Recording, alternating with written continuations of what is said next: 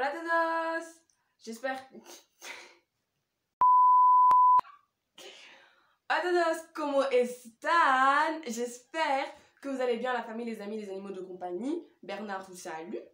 Petite parenthèse. Ici Marissa, but you can call me Aiza, and welcome à nouveau, and welcome back aux anciens to my YouTube channel. Ouais, plus je filme, plus je suis enthousiaste.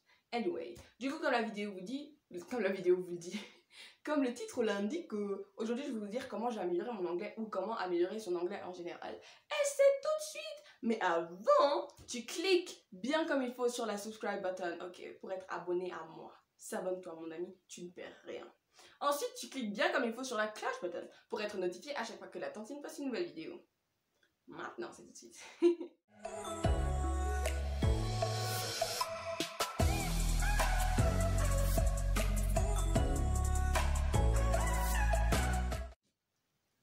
Ok, coucou les gars, du coup aujourd'hui je vais parler de comment améliorer son anglais, comment moi j'ai amélioré mon anglais. Alors la première chose dont je vais parler c'est mon niveau en général. Alors, faut déjà savoir que j'ai toujours aimé l'anglais, ok? Et que même quand j'étais petite je fabriquais, je voulais trop impressionner le quartier moi, bref. Et faut savoir que parce que l'anglais de base j'avais appris à l'école, et quand j'ai fini l'école, mon niveau était B1, B2. Faut savoir qu'il y a 6 niveaux en anglais, A1, A2, B1, B2, C1, C2. A1, A2 c'est vraiment les débutants, B1, B2 c'est les intermédiaires, C1, C2 c'est les pros. C'est que tu sais bien parler en fait, c'est que tu sais bien parler. Et quand j'ai fini l'école, j'étais B1 entre B1 et B2. Quand je faisais des tests, je voyais B1, quand je faisais des tests, je faisais B2, bref. Du coup, j'ai dû apprendre à m'améliorer en anglais. Du coup, il faut savoir qu'en anglais, comme dans les autres langues, vous avez toujours 4 compétences. Vous avez l'écriture, vous avez l'écoute, vous avez le parler et vous avez la lecture. Vous avez la lecture et je vais parler de ces 4 compétences individuellement et vous expliquer comment je les ai améliorées et comment vous pouvez les améliorer. C'est par la lecture. Comment j'ai amélioré ma lecture? Faut savoir que j'ai jamais rien lu en anglais, j'ai jamais rien fait en anglais, donc c'était un peu compliqué. Jusqu'au jour où, en mois de mars 2019, une de mes amies, que Dieu te bénisse ma fille, une de mes amies m'introduise dans un univers de webtoon, de manga, etc. etc. En fait, genre, je regardais des mangas mais j'en avais jamais lu et tout ça, et elle m'a réintroduit dans la sphère. Et je les lisais qu'en anglais parce que si tu voulais avoir beaucoup de chapitres, genre au début j'avais commencé à les lire en français. Mais je regardais quand j'étais chez les francophones, genre il y a une application qui s'appelle les webtoons, genre que pour les webtoons, qui ressemble à ça. Et il y a la plateforme est française, la plateforme est anglaise, elle est espagnole aussi. J'ai commencé par la plateforme française. Et sur la plateforme française, quand j'allais sur une histoire, ben, il y avait que 5 chapitres. Alors que quand j'allais voir la version anglophone, il y en avait déjà 30. Et c'est comme ça que je suis basculée du français à l'anglais. À lire. Et c'est comme ça que j'ai appris du vocabulaire, même savoir comment les jeunes parlent. Like, c'est là-bas que j'ai appris les... Quit playing, my guy. What do you freaking want? Je sais pas pourquoi je regarde la lampe, mais you know what I mean? I was like, the heck are you doing in my fucking room?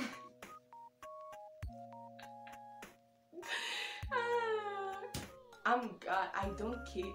Anyways, c'est comme ça que j'ai appris du vocabulaire, c'est comme ça que j'ai appris à parler comme la jeune génération. Et voilà, donc pour la lecture, lisez des bails en anglais, c'est aussi simple comme ça, j'arrive finir par dire. Si vous êtes comme moi passionné de webtoon et de manga, lisez-les en anglais. C'est le feu, ok?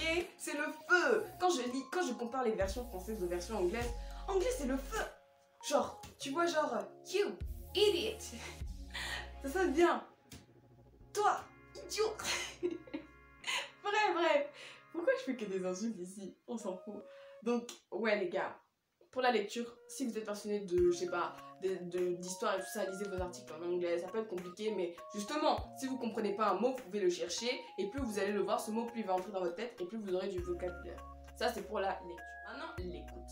Faut savoir que dans mon niveau B1, B2, mon écoute, c'était la pire des choses qui pouvaient exister.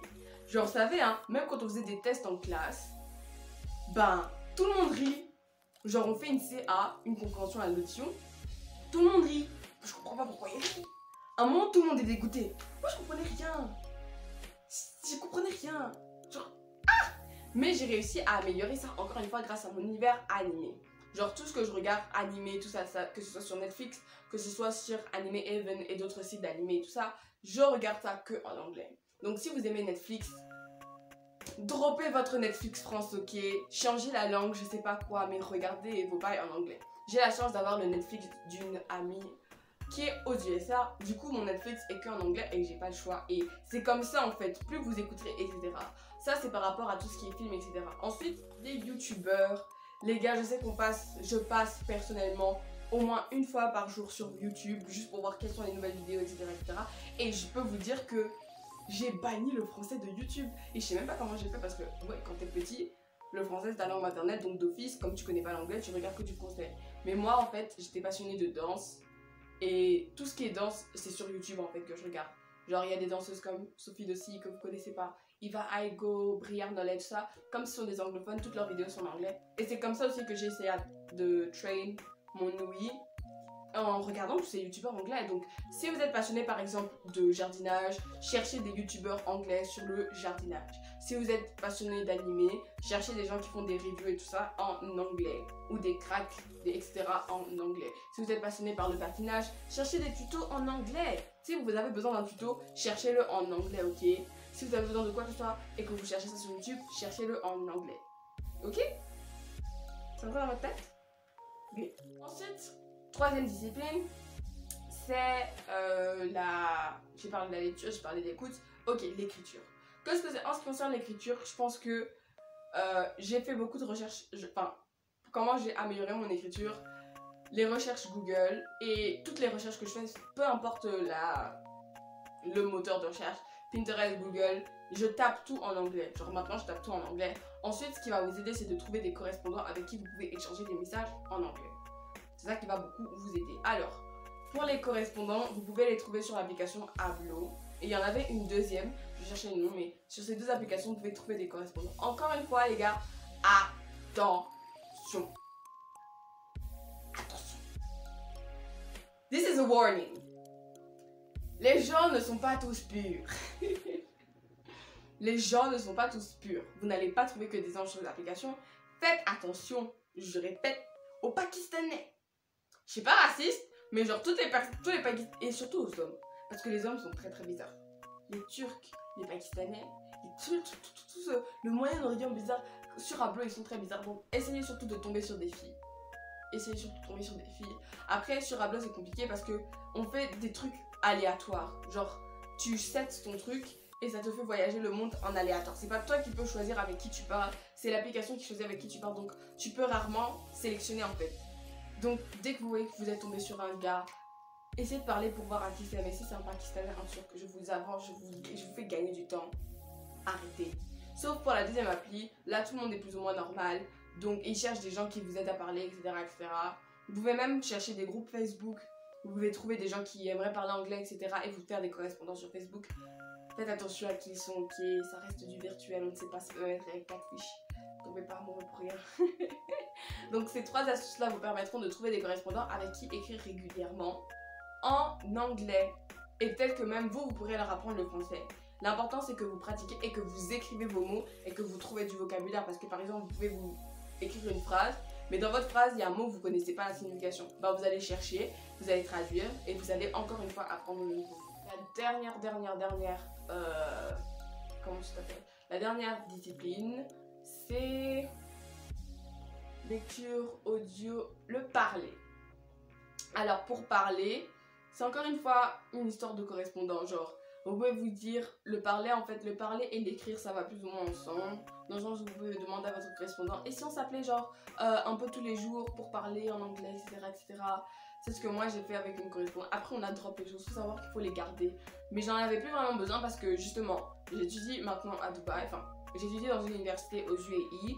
Et cette université, tous les élèves sont en anglais. Du coup maintenant je fais que parler en anglais et voilà. Mais ce sont des astuces, trouver des correspondants vous permettra vraiment d'améliorer et votre écriture, et votre écriture, et votre écriture, et votre écriture, et votre part.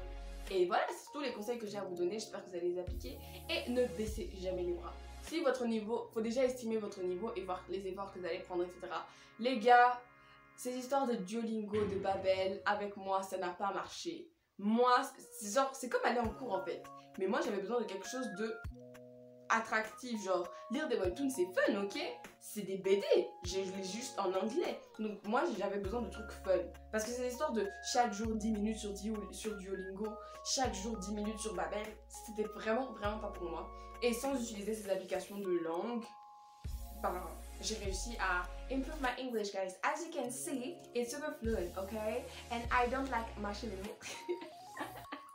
I still have to learn some French expressions, but as you see, it's like I'm straight, okay? I don't hesitate. Okay, sometimes I do hesitate, but as you can see now, my English is more fluent. I don't have videos of my past me, like my past version of me when I was speaking in English in the past time. But I know that it wasn't like this, okay? Now I do speak like my English is much better.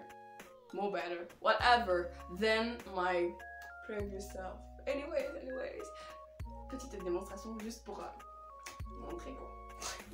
C'est la fin de la vidéo, j'espère que vous avez aimé. On se retrouve demain pour une